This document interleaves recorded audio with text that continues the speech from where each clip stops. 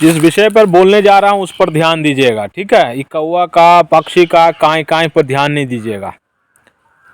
जो है स्टूडियो है नहीं, तो जंगल, झाड़, बाड़ी, गाछी, लेकिन विषय महत्वपूर्ण है। यूं यूं यूं यूं यूं यूं करके जिंदगी को, रियल जिंदगी को रील की तरफ पार मत करते रहिएगा। किस तरह से सरकार अपनी दोहरी नीति, दोगली नीति से लोगों को भ्रमित करती है, उसका एक उदाहरण देने जा रहा हूं। पहले आप नीतीश कुमार जी का एक बयान सुन लीजिए और उसके बाद बताऊंगा कि उसकी वास्तविक स्थिति क्या है, हम कैसे भ्रमित कर रहे हैं लोगों को। हम लोगों ने सोच लिया है आगे के लिए कि अब जो भी होगा, अभी तक तो हम लोग ग्रेड 3 में दे रहे थे, अब हम लोगों ने सोच लिया है कि जो खूब आगे बढ़ने वाले होंगे उनको नौकरी देंगे सीधे, और उनको बनाएंगे हम लोग, क्या समझिए, ग्रेड 1 का, यानी बिहार प्रशासनिक सेवा और बिहार पुलिस सेवा में, और सीधे कोई इंटरव्यू नहीं, वो जीत करके जाएंगे। पदक जीतने पर इन बिहार के उत्कृष्ट खिलाड़ियों को सीधे हम लोग अगर चाहेंगे तो उनको नौकरी दे देंगे। आप उसको समझ लीजिए, ग्रेड 1 के स्तर पर। सुन लिया, ये कह रहे हैं कि आप मेडल लेके आइए और मैं आपको सीधे डीएसपी, एसडीएम, अधिकारी, उच्च पदों पर बिठाऊंगा। मुझे आरा से एक राष्ट्रीय स्तर के बॉक्सर हैं रमेश यादव, उन्होंने अपनी पीड़ा व्यक्त करते हुए एक मैसेज भेजा, अपना वीडियो भेजा कि हम लोग बहुत प्रताड़ित हैं, पीड़ित हैं कि पिछले इतने दिनों से, 6 महीने से वेतन नहीं, और वेतन क्या मिलता है, महज 8,000 रुपये। एक राष्ट्रीय स्तर के बॉक्सर रह चुके खिलाड़ी को, और इसी तरह के विभिन्न खेलों में अपने अपने स्तर पर खेल चुके, जिला, राज्य, राष्ट्रीय स्तर पर खेल चुके लोगों को बिहार सरकार 8,000 रुपये मानदेय देती है, और वो मानदेय देने में भी बिहार सरकार के पसीने छूट जाते हैं। शिक्षा मंत्री को यदि रामचरितमानस पर टिक्का टिप्पणी करने से, जातीय राजनीति करने से फुर्सत मिल जाए तो ज़रा इन पर भी ध्यान दीजिए महोदय।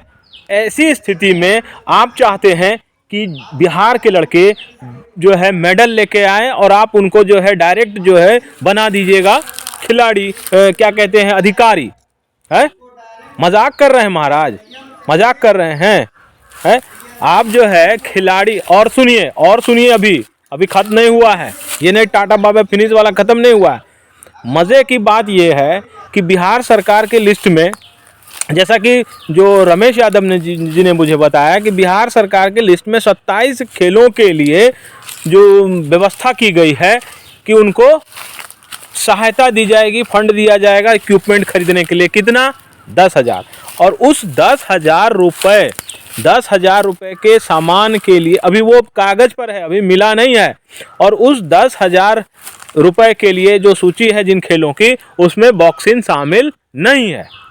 अब आप समझ सकते हैं कि बॉक्सिंग को लेकर के बिहार सरकार कितनी गंभीर है, दूसरे खेलों को लेकर के कितनी गंभीर है।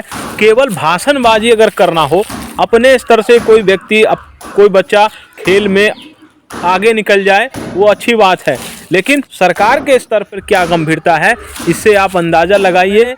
रमेश यादव से भी बात की, कैसे वो अपनी पीड़ा व्यक्त कर रहे हैं, वो भी आप देखिए और समझिए कि सरकार फालतूबाजी की बातों में कैसे लोगों को उलझा के रखती है, और काम, मुद्दों, असल समस्या पर कोई जो है गंभीरता नहीं है।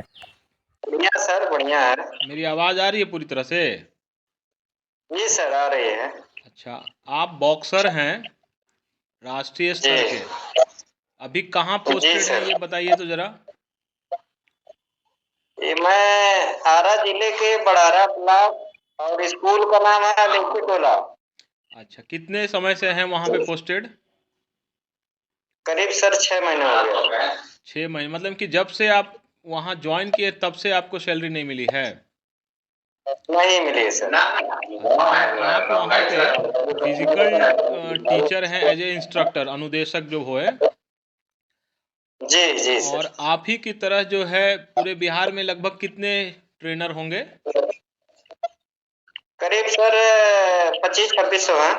25-26 है, तो किसी को भी नहीं मिला है कि केवल आपको नहीं मिला है?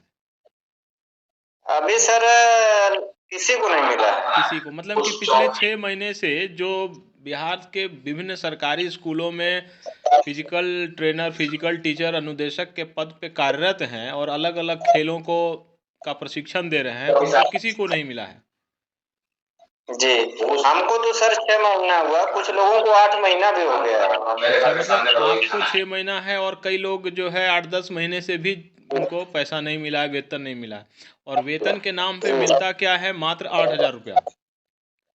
जी सर जी। अच्छा, वेतन के नाम पे मात्र 8,000 रुपया। आप बॉक्सिंग बच्चों को सिखाते हैं और जो दूसरे लोग जी होंगे वो दूसरे जो है विधा को, खेल को सिखाते होंगे, ठीक है। दरअसल हमको ध्यान ये आया कि आप जी बॉक्सिंग सिखा रहे हैं और हम कभी हरियाणा में भी रिपोर्टिंग करते थे और हरियाणा से जी काफ़ी जी सारे बॉक्सर, विजेंदर वगैरह और भी कई सारे खेलों में निकलते हैं। तो लोग सवाल करते हैं कि भाई वहाँ से ही क्यों निकलते हैं, यहाँ से क्यों नहीं निकलते।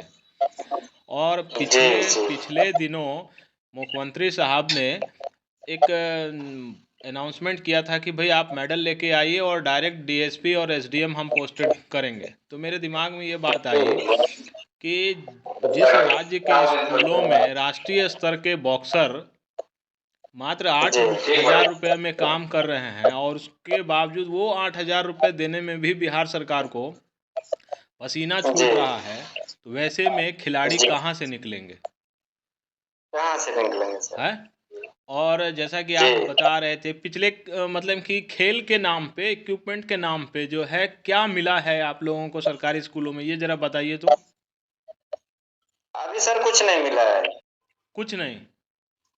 कुछ नहीं मिला सर। अच्छा, तो ये जो 10,000 का जो फंड बता रहे थे तो वो केवल अभी कागज पर है या मिला भी है? नहीं सर, अभी कागज पे ही है, अभी कागज पे है। अच्छा, और वो जिन जिन खेलों के को मिलना है भविष्य में, जो कागज पर है अभी, उसमें आपका बॉक्सिंग है कि नहीं? नहीं है सर, नहीं है। बताइए, ये कितनी जो है दुर्भाग्यपूर्ण बात है कि बॉक्सिंग के लिए जो है प्रोविज़न भी नहीं किया गया है।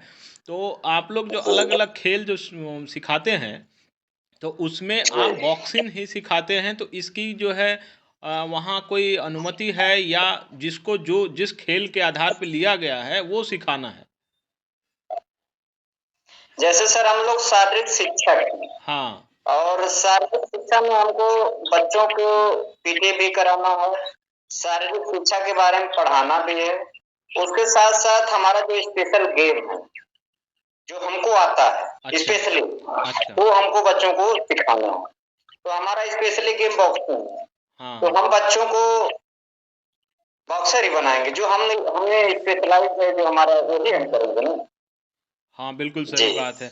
आप रहने वाले हैं उत्तर प्रदेश के जो है आजमगढ़ जिले के। आजमगढ़ ज़िले के, और आजमगढ़ ज़िले से आप यहाँ बिहार के आरा में आकर के बच्चों को बॉक्सिंग सिखा रहे हैं और बिहार सरकार जो है आप लोगों को जो मामूली मानदेय है वो भी देने में अक्षम जी है।